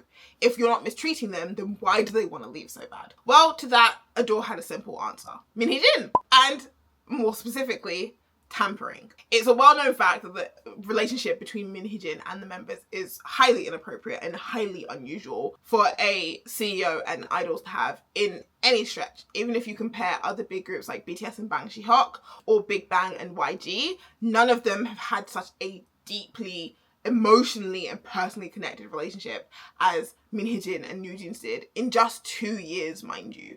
Whereas those other groups had spent significantly longer with those CEOs and had a significantly longer growth to the success that they now enjoy. They basically presented a lot of the information we've already discussed, such as the fact that NewJeans' termination notice back in November, when they said they had no legal representation, was written by the same lawyers that are working for Hee-Jin, or the same legal firm at the very least, which would suggest that they're using the same legal firm. And they even themselves admitted in January that they picked that law firm because they were working with Hee-Jin. And we've seen already from the dispatch leaks in October and September that Hee-Jin, her lawyers, and the parents of NewJeans, and even Hanni herself have been meeting. So it's no question at this point as to whether Hee-Jin has been involved to some extent. We all know it. You have to be blind not to see it. Not only that, they've also given examples of how NewJeans were refusing to be cooperative. Remember, we said that even if they felt that ADOR had breached their trust, on their side, until that is proven in court, they should continue to follow the rules of the contract. And while they had said that, oh yes, we'll continue to do our activities, they've been very uncooperative, they've been very hard to communicate with, and they'd even failed to sign off on the behind the scenes for the Calvin Klein shoot, showing that actually, while they're saying, oh yes, we'll do the right thing on the surface, behind the scenes, NewJeans are being incredibly difficult to work with. Now, as you can imagine, following NewJeans' abysmal attempt at justifying why they needed to terminate the contract, the judge actually gave them an additional 2 weeks, originally it was 1 week, but it got extended to 2 weeks, to resubmit their arguments, basically implying that, hey, what you said doesn't really make sense and you need to bring something stronger if you want me to rule in your favor. And many people were worried that the judge actually would rule in their favor because this is the same judge from Hee-Jin's first injunction case that ruled in her favor. But as we said, the premise of the two cases, Hee-Jin believing that HYBE and ADOR are separate and NewJeans believing that HYBE and ADOR are the same, actually makes their precedent contradictory to each other. In my personal opinion, it makes sense that the judge stuck to the precedent that he himself had made in the first case and ultimately ended up ruling against NewJeans in ADOR's favor. And remember what I said, the basis for the injunction and the basis for the lawsuit are the same. It is up to NewJeans to prove that there was significant breach of trust, justifying the termination of the contract. The judge specifically said that of the 11 reasons they had given, not even one of them held up under legal scrutiny. If that is not saying you do not have a reason to claim breach of trust, I don't know what is. And many of the public had the same interpretation. This was, in my opinion, the definitive point where all public support for NewJeans stopped. Nobody could understand why they would continue down this path. And the judge himself also said, you cannot cancel this contract simply because you want to continue to work with Hee-Jin, especially when that was not a stipulation when you made the contract in the first place. And mind you, Hee-Jin was the person they made these contracts with. She was the CEO of ADOR at the time they signed these contracts. So if she really wanted to keep her place, she could have signed herself in there. But remember, from the very beginning, really and truly, her plan has always been to make her grand escape with NewJeans. She didn't want them to be tied to the company, and she didn't want herself to be tied to HYBE. Now, following the injunction results, more so than the public's reaction, the really important thing was the fans' reaction. And this is where we also started to see a big breakdown in the unwavering support that they had had from their fandom bunnies, who we failed to mention a lot throughout this recap because, again, just like the parents, they're more anecdotal than related to specific instances. But I do think they were quite their role in this injunction was quite interesting. In terms of the reaction to the injunction ruling, there was a big break-off of some fans who actually organised and sent trucks to HYBE of all places, reminding the girls that while they may believe they are 6 members, as they said in their statements in the injunction courtroom, that NewJeans may be 5 members here before you today, judge, but in fact NewJeans is 6 members with Hee-Jin. That's not giving Stockholm, I don't know what is. Anyway, the fans reminded them that while you may say that NewJeans is 6 members, when it comes time to pay the contract termination penalty fee, it's only 5 of you who are going to be liable. And this is the thing that honestly I've continued to question why the parents haven't stepped in, because they are watching their daughters put themselves on the line for this woman they don't even know. Of course, following the results, NewJeans has expressed how they were very disappointed and surprised even at the results of the injunction, and they felt they had not had sufficient time to prepare the defense, saying that 2 weeks was not enough. Remember that the judge gave them that 2-week extension. But to that, many answered, well, you had 2 months from when the injunction was first announced to the actual first hearing, and you knew the burden of proof would have been on you. What were your lawyers doing? Because remember, Sejong is the number 2 law firm in South Korea. And mind you, they managed to get a lot more done for Hee-Jin in her first injunction in a lot less time. But that's neither here nor there. NewJeans, of course, filed an appeal, which was actually rejected on April 16th after just a 10-minute hearing. But they filed an objection to that ruling too, and we're still waiting for the result, though I think pretty predictable. Now, the most important thing regarding this ruling was the fact that because the injunction was against all of their independent activity, the judge had actually said that they had to stop all activities as an NJZ and return to ADOR. And this ruling, mind you, came out on March 21st, just 2 days before they were due to perform in Hong Kong at ComplexCon on March 23rd. Fortunately for NewJeans, ADOR had already said they would be happy for the girls to continue with the schedule as long as they did it correctly under the name NewJeans, and they allowed ADOR staff to participate, saying that they would send staff to Hong Kong to support them as they didn't want to stop the girls doing schedules and activities that they loved. They just wanted to make sure they were done legally. NewJeans themselves also said that because they knew fans were waiting and they had prepared a lot for this performance, they were still going to go out and perform. And they said that they would respect the court's decision, even though they'd already filed an objection. And many expected that just 2 months after their final performance as NewJeans in January, they would be making their comeback in March. However, we were all disappointed but not surprised to actually see them take the stage at ComplexCon as NJZ. They, how do I say this nicely? They each performed an attempt at a solo stage, paying homage to the Black R&B artists who pretty much inspired their style, which is honestly probably one of the nicest things they've done in their career.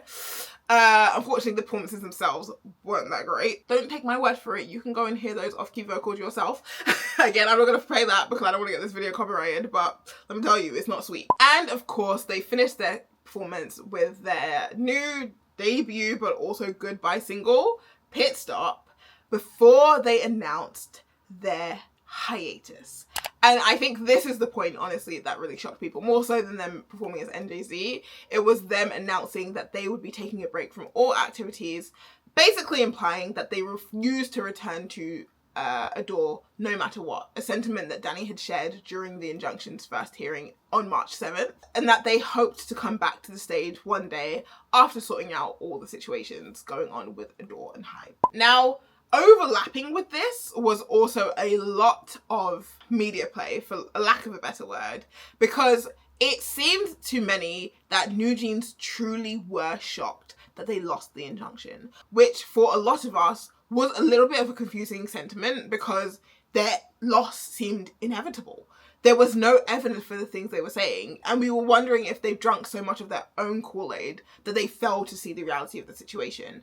But it was evident that the girls really did think they had won because they'd already prepared their victory lap in the international media. as just days after the injunction results came out, they had a number of interviews with international media outlets, two of which stood out for the, let's say, inflammatory retelling of events. Those were, of course, the Time and BBC interviews, where the girls took things to a new level, basically reshaping their battle against ADOR as a fight for their creative freedom rather than a tantrum because their mum had been fired. And not only that, in order to appeal to the international audience who would be reading this, not so much international K-pop fans, but rather international GP, they had fallen in line with the K-pop industry is toxic mindset or mentality that is often portrayed in Western media,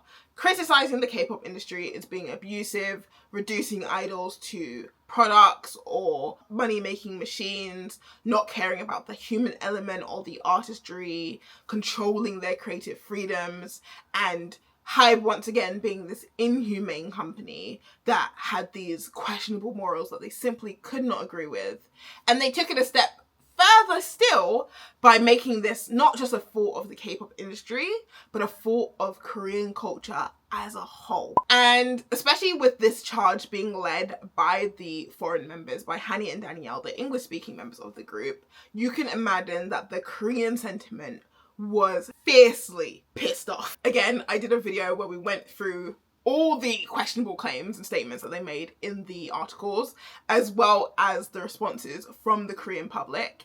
And people were absolutely disgusted with the fact that NewJeans, 3 of which are Korean natives, 1 of which is a overseas Korean, and all of which who had benefited and grown to such a high status in such a short time, thanks to the K-pop industry. Many people were disgusted that they could go overseas and then try to pander to Western ideals or Western sentiments about the K-pop industry by insulting the same culture that had given them so much. There was a single comment that I thought was very poignant. I hope they don't plan on showing their faces in Korean media again. And personally, I do think that is actually their strategy, but again, that's my own personal speculation, which you can check out in my video, so I'll leave it out for this. This all now leads us to what is the peak of this story, the beginning of the end, if you will, the start of the official lawsuit between ADOR and NewJeans. On April 3rd, the first hearing took place where each side presented their case, or an introduction to their case, if you will. NewJeans essentially came with the same argument they had taken to the injunction because, again, really what they're trying to prove is the same. Except this time their lawyers rephrased things by saying that even if one of their 11 reasons was not sufficient, if you look at them as a whole, it's proof that there has been an irreparable breakdown of trust between ADOR and NewJeans. They once again highlighted the fact that ADOR was fundamentally not the same company that NewJeans had originally signed with, and therefore NewJeans could not put their trust in ADOR or HYBE to carry them forward in their careers. And also, for the first time, they finally tried to break the connection between NewJeans and Hee-Jin, as that being one of their main reasons for this termination, by saying even without Hee-Jin, the company has failed to provide them with sufficient alternatives, an argument which we've already discussed as baseless. On ADOR's side, of course, they gave the same rebuttals, but they also pointed out that from their end, they were still looking to settle. They wanted to communicate and they wanted to repair relationships with NewJeans, but NewJeans were the ones not reciprocating. And NewJeans lawyers had actually confirmed this, saying that settlement is something that the NewJeans members are not willing to consider at this time, implying that if they get to a point where they really do see no hope, they might come crawling back and try to make amends. The question is simply, will it be too late when that realization finally settles in? Now, because this is just the first hearing, there wasn't too much back and forth and there weren't too many arguments presented. But one thing that was quite interesting is that although NewJeans are trying to now distance themselves, saying even without Hee-Jin we had no alternatives, they still did imply that for them the ideal situation would be to continue with Hee-Jin, and that they did not see how NewJeans could continue without her. To which ADOR made one of the most intelligent legal responses in saying, well, you already did. You just finished a successful, use lightly, successful performance at ComplexCon. supposedly without Min Hee-Jin's input. Now the judge asked to clarify, are you saying that NewJeans went to ComplexCon without any help from Min Hee-Jin? And ADOR said, yes, to the best of our knowledge, that is the case. Now we know that's potentially not the case, and we all know that NewJeans know that's not the case. But here's the thing, if NewJeans come out and say, no, Min Hee-Jin did actually help us, that would give ADOR fuel for their tampering argument, to show that really and truly this is not an issue about a breach of trust between ADOR and NewJeans. It's simply that Min Hee-Jin is tampering, trying to encourage NewJeans to leave ADOR so that they can work together. And if NewJeans say, yes, we did do that performance without Min Hee-Jin, they are, from their own admission, admitting that they don't need Min Hee-Jin to be NewJeans. So either way, it's a lose-lose for NewJeans, no matter how they argue it. The question is, will they be willing to implement Min Hee-Jin or not? Well, that's an answer we probably won't get until the next hearing for this case in June. Now, before we wrap up, there's also one last thing that we need to discuss, and this is actually about the parents. Following the first injunction hearing, news broke the following day on April 4th that there had been tension between the parents of the minors within NewJeans camp. This came to light because during the first injunction, the judge had asked if the dispute between the parents had been settled in regards to the defendant 4. Going based on age, that would lead us to believe that it was Hee-Jin's parents who would be in dispute with each other, especially considering that only Hee-Jin's dad was actually listed as the defendant on her behalf in the lawsuit. And also it was actually her mum who had reached out to Source to get her into, at that time, Big Hit Entertainment in the first place. So many believe that she would be against her daughter leaving the opportunity she had worked so hard to get her, and that had clearly worked out for her in the fact that Hee-Jin is now world famous, right? However, the parents' account on Instagram actually came out to say that no, it's a misunderstanding. This is not about Hee-Jin at all. It's actually about somebody else, which by process of elimination would imply that it was Hee-Jin. Despite both her parents being listed on the lawsuit as her representatives, it actually had been one of her parents who was against the lawsuit.